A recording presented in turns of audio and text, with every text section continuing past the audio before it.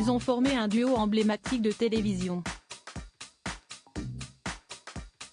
Mais il faut croire que malgré les nombreux moments de rigolade, dans Coucou si est nous, comme dans Ciel, mon mardi, Christophe de Chavannes et Patrice Carmouze ne se disaient pas tout. Le binôme s'est retrouvé dans un épisode du podcast Cherche copain et a évoqué quelques souvenirs. Mais aussi certaines choses passées à la trappe à l'époque.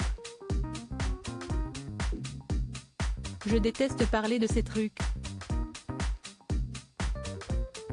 En tant que maître de cérémonie, Christophe de Chavannes, qui a récemment révélé être un cœur à prendre, a effectivement demandé à son ancien collègue s'il avait fait des choses dans son dos sans qu'il le sache, notamment s'il avait couché avec quelqu'un de leur entourage professionnel. Ouais, c'était une connerie d'ailleurs, a répondu Patrice Carmouze avant de s'esquiver. Je déteste parler de ces trucs.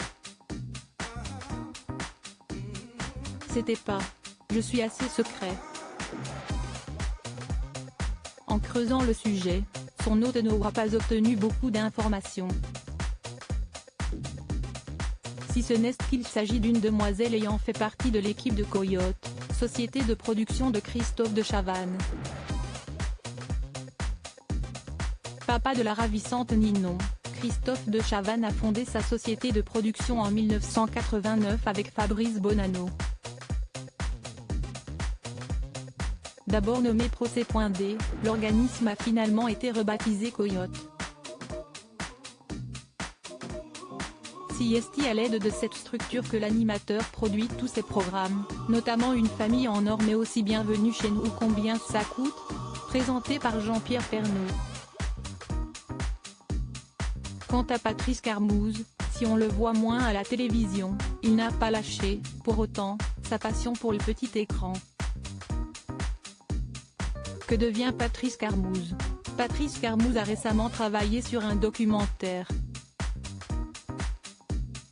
Il anime également, depuis 2018, une animation intitulée PAF, Patrice Carmouze en freine de sur TV78. Si est-il la télévision des Yvelines qu'on regarde sur internet, explique-t-il. Si est-il une émission hebdo, qui est pas mal. Ce sont des éclairages sur l'actualité.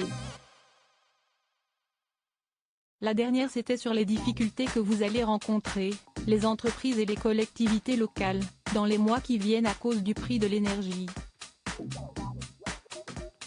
J'avais un sénateur, un maire, une économiste, un mec du MEDEF.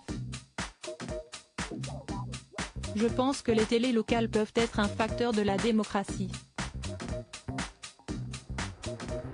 Elles reflètent ce que vivent les gens. Retrouvez l'interview de Patrice Carmouze dans le podcast Cherche copain de Christophe de Chavannes.